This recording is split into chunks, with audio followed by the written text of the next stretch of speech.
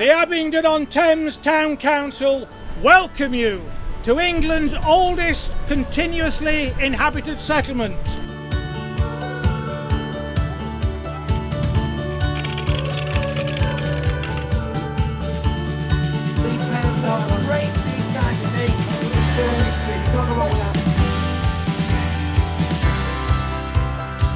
The home of MGM cars, bun throwing, the longest streets fair in Europe, surrounded by beautiful countryside with walks by the River Thames. Come and discover the old and the new in our wonderful market town. Long live Abingdon! God save the Queen! When we first moved down here, I always thought what a wonderful town it had. It had a very community spirit and that feeling of a small market town, which I'm really pleased to say we've kept up despite all the changes and the expansion on the town. Steak for you? Yeah, 10 steak for you, let's go. As the pandemic developed, the market traders found it very difficult to operate the market, so the town council stepped in. We provide security. We're very, very proud of all the stall holders working along with us to try and make this happen as best as we can. It is surprising just how willing everybody is to support the community. So our COVID response group, the Abbey Meds group, which I was a part of and enjoyed cycling around the town and meeting with everybody. It was really wonderful. And of course we have the Christ Hospital charity, which supports the town to a great degree. Out of the pre-pandemic back in the spring, formed a group called Abingdon Community Response, which was literally that. The community wanted to respond. There was lots of people posting on Facebook saying, how can I help? Amazingly, throughout the spring, we ran over 3,000 errands for people. I just absolutely want to thank everyone, especially as we haven't had a chance to have a party or meet up, thank everyone that came forwards to help with Abingdon Community Response, especially those that laboured behind the scenes. And also to thank the Town Council for their ongoing support. These lovely jackets, which, although rather conspicuous, were reassuring for residents on the doorstep when they were receiving things. And also we had ongoing help from the council in terms of some admin time and just general encouragement. We've been in touch and it's been great to journey together.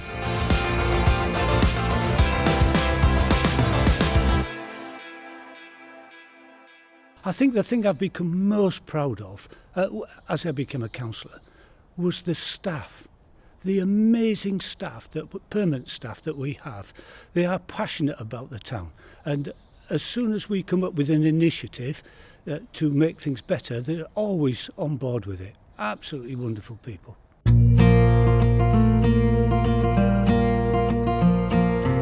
The idea is this area is for people who are a little more environmentally conscious, so they'll be buried in a meadow, in a wicker coffin or a cardboard coffin, something along those lines. No headstones, just a small grave marker, and no floral tributes. So then, by way of maintaining it along those lines, we've got the sheep in to graze the area, rather than going in with heavy machinery and mowing it, and obviously using petrol and manpower. And to maintain a wildflower meadow, you want to really cut it just once late on in the season and then rake off the horizons, which is obviously another thing that takes a lot of manpower to do, whereas it just makes sense to have sheep come on and munch it away, and they do a fantastic job and don't leave anything behind, unless it's stuff that we want left behind, which also helps along the way. But yeah, the idea is to maintain it as a traditional wildflower meadow. Oh, I love the job. I've been in it for 19 years now, I think, and yeah, there's not a day goes by that I don't enjoy it. It's a great job. It's great to be out in the town that I grew up in and really getting to know the place, yeah.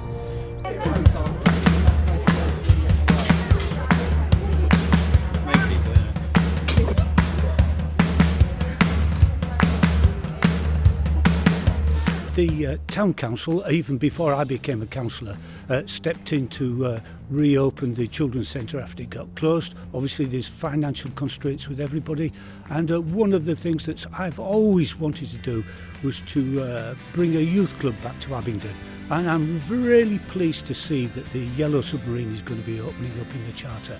I attended one of their messy play evenings. Absolutely wonderful, fantastic people and wonderful children. That is going to make such a difference to the most vulnerable children in our society.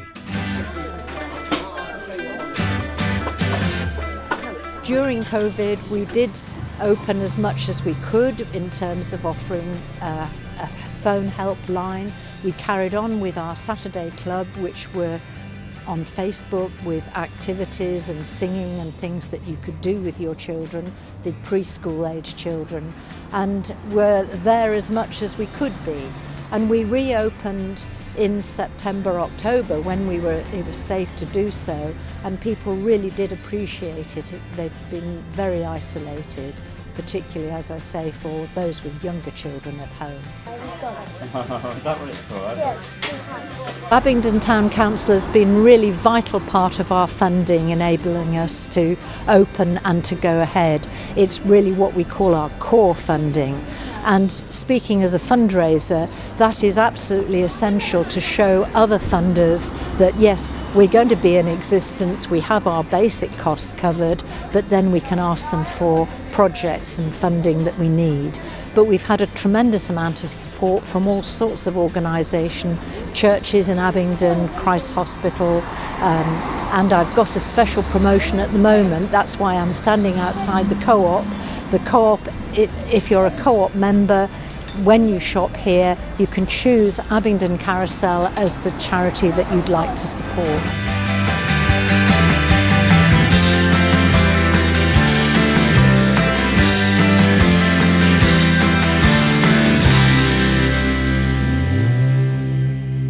Well, we have quite a young council, and we were very determined to bring us up into the modern day. So we've made a lot of improvements. We've gone through a staff restructuring, and we've revisited how the council actually works. So a lot of it now is done electronically. We can make payments electronically, and we've reduced the amount of paperwork to quite a considerable degree. And of course we were very lucky because we'd embarked on this before the pandemic hit, so we were in a very good position to take up, and I think we were one of the best councils to take up the problems with arranging meetings virtually. I worry quite a bit, so we go through worries and we think of different plans of the week and how we can attack them and move forward. The Abingdon Bridge is vitally important to Abingdon and the surrounding areas because we're the only free counselling and mental health charity based within the town. We support over 1,000 different young people a year. 200 of those that we support through one-to-one counselling. We support over 100 young people in our wellbeing programme, and we support a further 700 to another 1,000 for our educational workshops and groups we run. I come here about once a week and have one-to-one sessions with Gary, about an hour long. The last year has been really tough for young people. The Abingdon Bridge has seen that firsthand. There's been a huge increase in anxiety, a huge increase in young people feeling low and not being able to regulate themselves. Oh, when I first came here, I was very shy and I wasn't very confident in myself, but like when I first came here, I wasn't able to look at Gary or talk fully. I wasn't confident in myself, so with the one-to-one sessions it's really boosted my confidence alongside the workshops that Gary's done within the schools around the community. It's really helped me just be myself a bit more. And we've seen a huge increase in referrals to our service. It's never been so busy at the Abingdon Bridge, and we really want to thank the Town Council for all their support they give us. Because we can get this grassroots support from the Town Council, it enables us to draw down national funding. And that is needed because young people's mental health and well-being has never been so important. We're all the same, but we're all different and unique. Like we all feel different inside, and some people find it hard to open up to other people, but at the bridge no one judges you. You can be yourself. I am made to be free.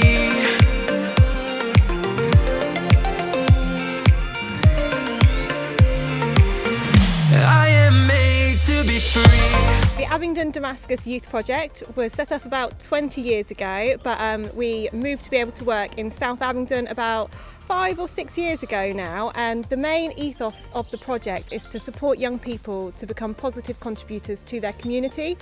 I started doing, I asked a few colleagues at Damascus what it was like to be a youth worker, and they kind of got me involved because I'm quite interested in mental health and stuff. So they got involved with me with a few presentations around Oxford, in Drayton and Sutton, and then I asked to do it in Larkmead, so just basically doing presentations in different areas and stuff like that.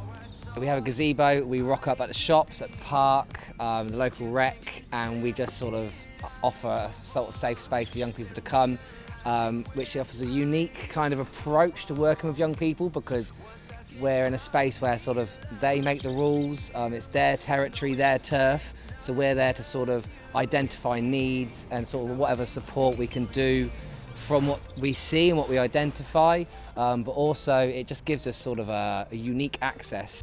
Well, what we did with our presentation is we looked at what was, so obviously drugs as a whole is like increasing throughout the country anyway. But we looked at a whole as what is the most used drug that we see every day in Abingdon, in South Abingdon, and almost every time you go out you're going to see someone smoking. So we kind of just want to, we know that we can't tell someone not to do something, but we know we can definitely give them the information that everyone should have on it. Abingdon Town Council are fantastic because they fund a lot of the work we do, especially the work, all of the work in South Abingdon is part funded by them, but also it helps us to pull down bigger funding opportunities. So if your local council is supporting you and they feel like it's worthwhile, well actually we can now go for a bigger nationwide grant, and that sort of support really helps draw that funding down.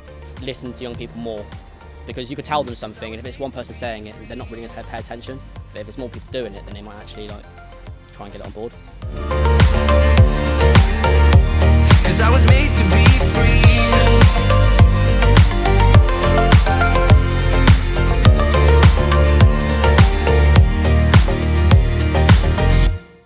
The centre of Abingdon and all the conservation area is very precious to everybody in the town, which includes the county hall with our museum. I must say a special thanks to our museum staff who have engaged with local schools and communities with their virtual exhibitions. They've done an absolutely tremendous job. The marketplace and the various other buildings, the Albert Park, it's all what makes Abingdon a really special place to live.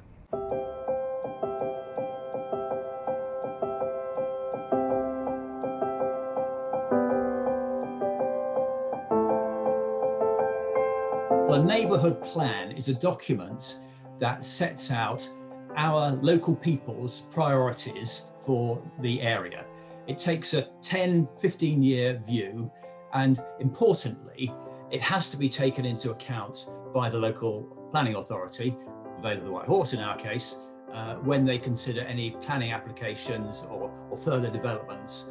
And the neighbourhood plan has been fantastically supported by the Town Council, but the Town Council recognises that the neighbourhood plan is for all of us, so it should be written by all of us.